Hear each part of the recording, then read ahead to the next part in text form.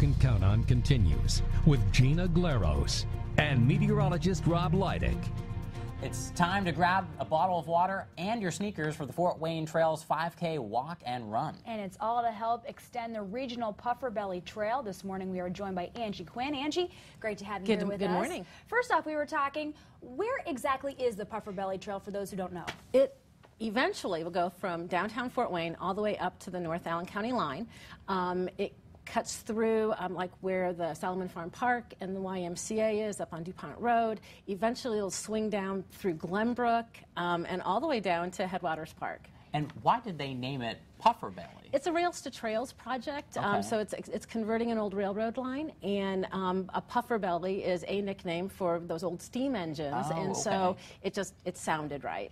Wow. And it's silly, which works for a name for a train. It's memorable. Yeah, Yeah. Right, exactly. And it's an 80-mile extension, right? Eventually, yeah. Eventually. There's a 9-mile extension that's going from downtown up to the county line.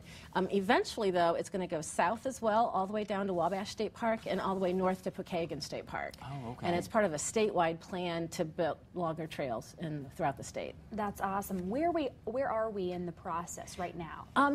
Still beginning. Okay. There are a few miles already built in Fort Wayne. The section from Wallen Road up to Carroll Road is complete. They're doing a smaller section just north of there. And then within the next few years, that actually will extend almost to the county line. We're working with DeKalb, working with Steuben County, and working with Wells County then to complete that extension. And this 5K walk and run, does it already run along those parts of the trail that are already completed? It does. It uses that portion that is near the Parkview YMCA and Salomon Farm Park, and takes a loop through some of the neighborhoods to get you back to the beginning point. The kids race, which is first, doesn't do that whole amount. That's only a mile. So but it'll do part of the route too. Good for kids, though. Yeah. And as far as feedback goes, what are you hearing from people why that it's so important to extend this? Trails are a way to provide recreation for people who live in areas that you have to get everywhere by car. It's a safe way for kids to commute to school if they want to actually walk instead of having to take a bus. And we all know the buses aren't providing quite as much service as they used to.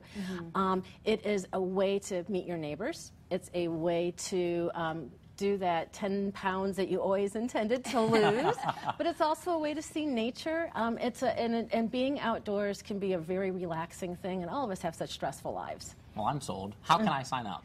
You can go to either our website, fortwaynetrails.org, go to events, and go down from there and find Pufferbelly, or you can go to getmeregistered.com and just type in Pufferbelly. All right, and we'll have that information on our website, wayne.com. All right. Great to have you Thanks here so with much, us. Thank you. And the 6th Annual Fort Wayne Trails 5K Walk and Run is next weekend on Saturday, the 8th.